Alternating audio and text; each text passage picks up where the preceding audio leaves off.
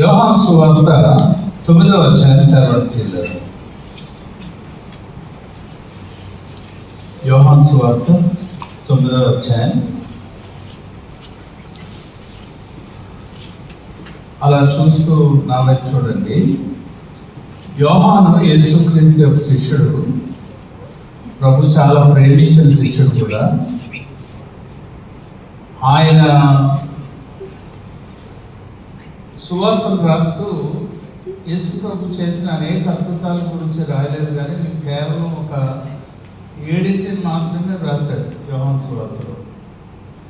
అదే శిలువ మీద తన ప్రాణాన్ని పెట్టక మునుపు యేసు ప్రభు వారు చేసిన 7 సూచక్రియలు లేక అద్భుతాలు, ఇంగ్లీష్లో వాటిని సైన్స్ అండ్ వండర్స్ అంటారు. మళ్ళా పునరుద్ధానం అయిన తర్వాత మరొకటి రాశాడు, అది 21వ అధ్యాయంలో రాశాడు. సరే, ఇందులో 9వ అధ్యాయంలో ఒక ప్రాముఖ్యమైన ఒక సూచక్రియ కూడా లేక అద్భుతాన్ని మనం చూస్తాం. ఒక పుట్టుగుడ్డు వాడిని యేసు ప్రభు బాగు చేసినట్టు మనం చూస్తాం. చూడ 1వ వచనంలో, ఆయన మార్గంలో పోచుండగా పుట్టుగుడ్డి అయిన ఒక మనుషుడు కనబడను. నేను చదువుతున్నా. సో ఈ పుట్టుగుడ్డు వాడిని బాగు చేశాడు. ఈ స్టోరీ మీకు తెలుసు. దీనికి ముందు ఒక చిన్న సంఘటన జరిగింది. అది చెప్తే మరి కొంచెం మీకు క్లారిటీ ఉంటుందన్న ఉద్దేశంతో నేను ముందు అధ్యాయంలో మీకు ఒక మాట చూపిస్తాను. నేను యోహాను 7 ఇందాక చెప్పిన సైన్స్ అండ్ వండర్స్ అండ్ సూచక్రియల అద్భుతాలు రాయడంలో ఒక సీక్వెన్స్ లో రాశాడు, ఒక వరుస క్రమంలో. 8వ అధ్యాయంలో చాలా ప్రాముఖ్యమైన కొన్ని డిస్కషన్స్ జరిగాయి యూద పెద్దలకు అలాగే యేసు ప్రభు మధ్యలో. సడన్ గా యేసు ప్రభు వారికి ఒక చాలా ఆశ్చర్యం కలిగించే ఒక మాట చెప్పారు. ఏమని చెప్పారు? 56వ వచనంలో. ఎప్పుడు నేను చెప్పినట్టే వచనం నేను చదువుతాను, మీరు చూడండి. ఏమన్నారంటే, మీ తండ్రి అయిన అబ్రహాము నా దినము చూతునని మిగుల ఆనందించాను, అది చూచి సంతోషించాను అని అన్నారు. సో యూదులకు చాలా ఆశ్చర్యం అయిపోయి ఒక ప్రశ్న వేశారు. చాలా very important and pertinent question. ఏంటంటే, అది నీకు ఇంకా 50 సంవత్సరాలు కూడా లేవే, నీవు అబ్రాహాంని ఎలా చూసావు, ఆయన నేను ఎలా చూశాడు అని చెప్తున్నారు. యాక్చువల్గా ఆయన అన్నాడు అబ్రాహాం చూశాడు అని, ఇలా అన్నారు నువ్వు అబ్రాహాంని ఎక్కడ చూశావు అని. సో అబ్రాహాంని యేసు ప్రభు ఎప్పుడు చూస్తుంటారు?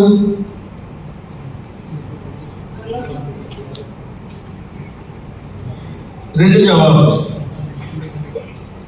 మానవుడిగా చెప్పాలంటే కుమారుడుగా, మనిషి కుమారుడుగా ఈ లోకంలో జన్మించాడు కనుక ఆయన ఫిజికల్గా అబ్రహాంని చూడలేదు.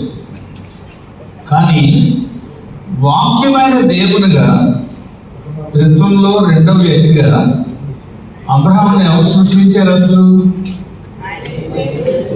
ఆయనే కదండి. అబ్రహాము తల్లి గర్భంలో పడక మునిపే యేసు ప్రభు అబ్రహాంని ఎరుగును. అట్లీస్ట్ అది మీకు అర్థమైందా అందరికీ? ఏమండి? సో ఆయన చెప్పిన మాట రైట్. కానీ అబ్రహాం ఎప్పుడు చూశాడు? చెప్పండి, జవాబు చెప్పండి.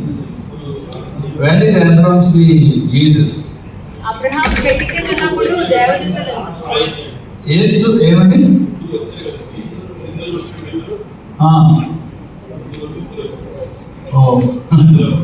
ఇద్దరు ముగ్గురా? ఓకే. సో అబ్రహాము యేసుక్రీస్తు కంటే ముందు 2061 సంవత్సరాల క్రితం చనిపోయాడు. ఇది అదే ఎవరికైనా చిన్న అనుమానం ఉంటే వారి కోసం ఈ మాట ఉపయోగించాను. Jesus Christ is a historical person.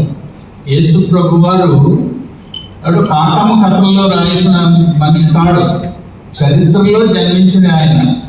Abraham చనిపోయిన 2061 సంవత్సరాల తర్వాత పుట్టారు యేసు ప్రభు వారు లెక్కల ప్రకారం. కొంచెం అటు ఇటు అవ్వచ్చు.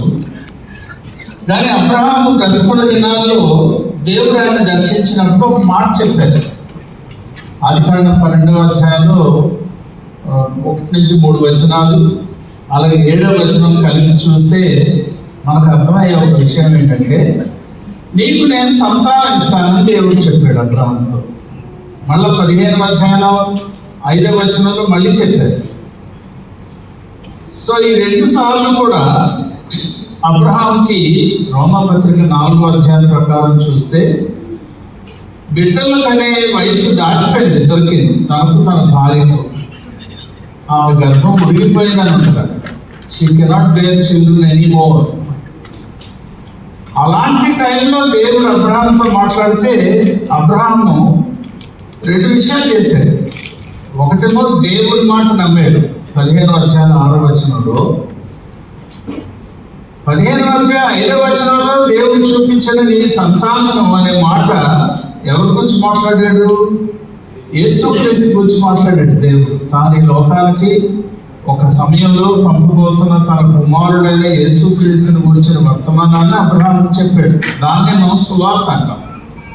So Abraham believe the gospel of the lord Jesus Christ. యేసుక్రీస్తుకు సంబంధించిన సువార్తను అబ్రహాం విన్నాడు. కళ్ళతో చూడలేదు, కానీ హృదయంలో దాన్ని నమ్మాడు. అందుకే యేసు ప్రభు ఈ మాట ఏమో చెప్తున్నారంటే, అబ్రహాము నా దినము చూస్తానని ఆశపడ్డాడు, తర్వాత చూసి సంతోషించాడు అంటాడు. సో వీళ్ళకి డౌట్ వచ్చింది, 50 సంవత్సరాలు కూడా లేవు, నువ్వు అబ్రహాము చూడడం ఏంటి, అబ్రహాం నేను చూడడం ఏంటి? అప్పుడు ప్రభువు ఉపయోగించిన ఒక మాట నేను చదువుతున్నాను చూడండి. 58వ వచనంలో, యేసు అబ్రహాము పుట్టక మునుపే నేను ఉన్నాను అని మీతో నిశ్చయముగా చెప్తున్నాను. కరెక్ట్గా తెలుగులో రాయాలంటే ఆ లైన్ ఏమని రాయాలి? వినోద్ అడుగుతా. అబ్రహాం పుట్టక మునిపే నేను ఉండేవాడిని. అంతేనా?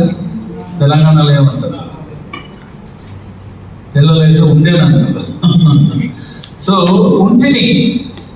ఉండేవాడిని అని చెప్పాలి. కానీ ఏమన్నారు? ఉన్నాను అన్నారు. వీళ్ళిద్దరిని ఇంగ్లీష్ బైబిల్లో ఏమని ఉందని అడిగితే వాళ్ళు ఏం చెప్తారు తెలుసండి?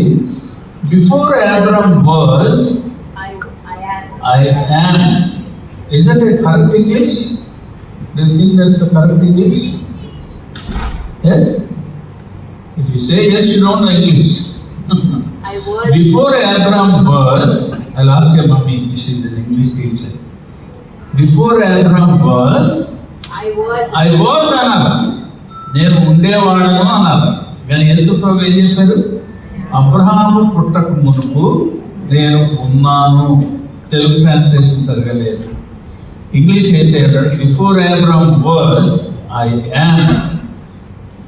ఈ మాట విన్నప్పుడు మీకు ఒక చిన్న విషయం జ్ఞాపకం రావాలి. ఈ ఐ యామ్ అనే మాట ఎక్కడ ప్రారంభమైంది? నిర్గమకాండం 3వ అధ్యాయంలో 14వ వచనంలో, అంటే అంతకుముందు మోషే దేవుడితో మాట్లాడుతుంటాడు, నన్ను ఇశ్రాయేల్ ప్రజల దగ్గరికి వెళ్ళమంటున్నావు, మాట్లాడమంటున్నావు, నన్ను ఎవరు పంపించారు, ఆయన పేరేంటని నన్ను అడిగితే ఏం చెప్పాలంటే, అప్పుడు దేవుడు ఎవరు అని తెలుసు, ఇంగ్లీష్లో చెప్తాం. I am, tell them that I am has sent you అంటాడు. అదేంటండి, మనం సాధారణంగా ఆ వచనం చదివేటప్పుడు నేను ఉన్నవాడను అనువాడను అనేది చెప్పేసి ఉంటాం. యాక్చువల్గా ఆ మాట యొక్క అర్థం ఏంటంటే నేను ఉన్నవాడను, ఉన్నాను అన్నాడు కదా, నేను ఉన్నవాడను. మన దేవుడు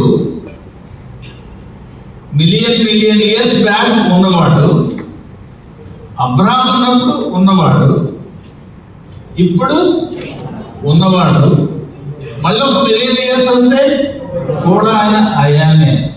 that's the quality of God.